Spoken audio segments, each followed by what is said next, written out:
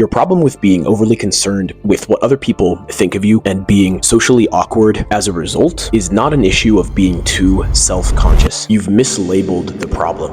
The issue is that you are too others conscious. You are too overly concerned about what you assume other people will think of what you do and say. You're not at all concerned with what you are doing, but what you assume other people are going to think of you. This leads to you being obsessed with the way that your hair looks, the way you're dressed, if the way that you're standing and sitting are cool enough, the position that your hand is resting in or how it's hanging. Notice that when you're alone, you can think of every right thing to do. You think up the perfect thing to say to that cute girl. You think up the perfect argument to use against that person's beliefs that you disagree with. You feel perfectly calm and relaxed, at ease, poised with yourself. You are perfectly aware of and at home with yourself. However, as soon as you go in public, the social anxiety and that awkwardness begin to creep in. Why? Certainly not because you're being too self-conscious. If self-consciousness were the issue, you would feel awkward by yourself as well. You would feel uncomfortable even when you're alone. The reason that you feel awkward in public is because you are too others conscious. You are too worried about what you assume other people will judge of what you do and say. The cure to your social anxiety is to stop caring whatsoever about what other people think of you. Period. And I know you just got the limiting belief that you think, well, I have to care about what other people think. If I don't care about what other people think, I'll just be a narcissistic dickhead. This is a limiting self-belief and it does not serve you.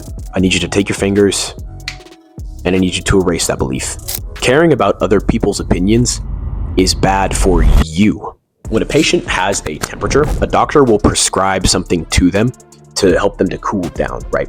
You protesting that you need to care about other people's opinions is the same as this patient protesting that, well, but doctor, I am a warm-blooded human and I need to have body heat, so I don't think it's really best that I cool down, because if I cool down, I don't have any body heat. What? That's foolish, because they need to cool down because they have too high of a temperature. They need to cool down. You or I, who don't have a temperature, may not need to cool down, but they need to cool down. You would respond that body heat is not bad. Body heat is bad for them. So your levels of others' consciousness are bad for you. That might be good for somebody else. Somebody else who is very narcissistic and self-centered may need to be more others conscious, but you don't. It's a very specific prescription just for you.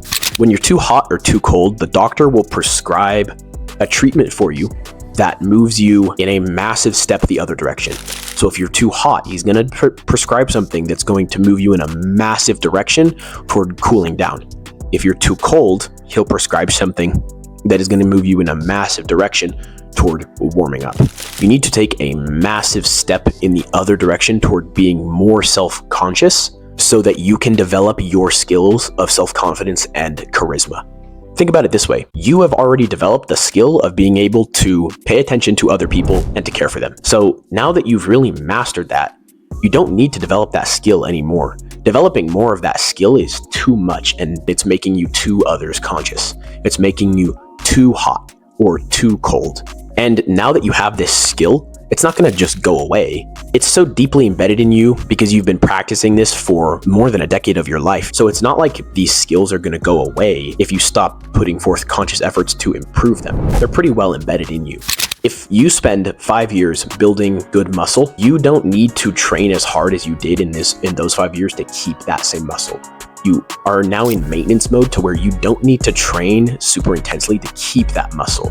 You train a little bit and you train fairly intensely, but you don't go too hard because you don't have to. It's the same for others' consciousness for you. You are in a maintenance mode of your awareness of other people. So if you spend the long season like you need to, not worrying about what other people think of you whatsoever, you're still going to intuitively care for other people because that's so embedded in you, because you're in this maintenance mode of practicing caring for other people. So the simple cure to your social anxiety is to stop caring about what other people think of you. Period. To just cease caring whatsoever. And again, I know that seems like very strange advice because you do have the limiting belief that, but I should care for people. You shouldn't anymore. There may be other people out there who are already very narcissistic and self-centered who need to care more for other people, but you're not in that position.